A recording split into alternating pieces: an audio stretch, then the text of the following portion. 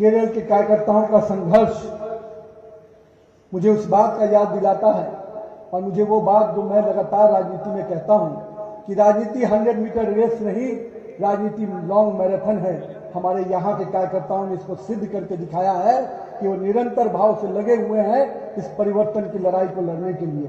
इसलिए मैं कहता हूं कि अगर संघर्ष देखना है, हमारे विचारधारा के ध्वज को लेकर आगे बढ़ते हुआ सेवक देखना है, तो आइए केरल के उन जाबाज कार्यकर्ताओं को देखिए जिन्होंने विषम परिस्थिति के बावजूद भी भाजपा का ध्वज और भगवा ध्वज को झुकने नहीं दिया है।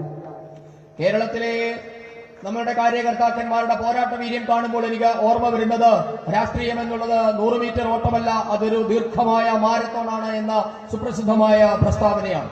കേരളത്തിലെ പ്രവർത്തകർ ഞാൻ ആവശ്യപ്പെടുന്നു, നിങ്ങളുടെ ഈ പോരാട്ടം തുടരണം. മറ്റ് സ്ഥലങ്ങളിലെ പ്രവർത്തകരോട് എപ്പോഴും ഞങ്ങൾ പറയാറുള്ളത്, നിങ്ങൾ കേരളത്തിലെ പ്രവർത്തകരെ നോക്കൂ, അവരുടെ പോരാട്ട വീര്യത്തെ നോക്കൂ. അവർ വളരെ ദീർഘകാലമായി തളരാതെ ഈ ആദർശത്തെ മുൻപോട്ടേക്ക് നയിക്കാനുള്ള പോരാട്ടം തുടർന്നുകൊണ്ടിരിക്കുകയാണ്. और इसका परिणाम भी हमें दिख रहा है।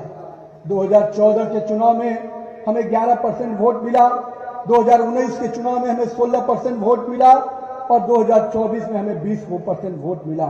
ये स्पष्ट रूप से दिखाता है कि भाजपा का जनाधार बढ़ रहा है और आने वाला चुनाव निश्चित रूप से निर्णायक चुनाव होगा इस राज्य के राजनीति की दृष्टि से।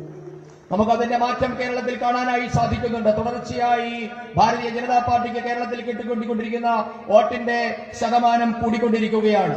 അത് 10% നിന്നും 16% നിന്നും ഇന്ന് 20%ത്തിലേക്ക് എത്തിയിരിക്കുന്നു. ഈ വരാൻ പോകുന്ന തെരഞ്ഞെടുപ്പ് എന്നുള്ളത് കേരളത്തിന്റെ ചരിത്രത്തിലെ അതിനിർണായകമായ ഒരു തെരഞ്ഞെടുപ്പായിരിക്കും, കേരളത്തിൽ മാറ്റം കൊണ്ടുവരുന്ന തെരഞ്ഞെടുപ്പായിരിക്കുമെന്ന കാര്യം എനിക്ക് ഉറപ്പാണ്.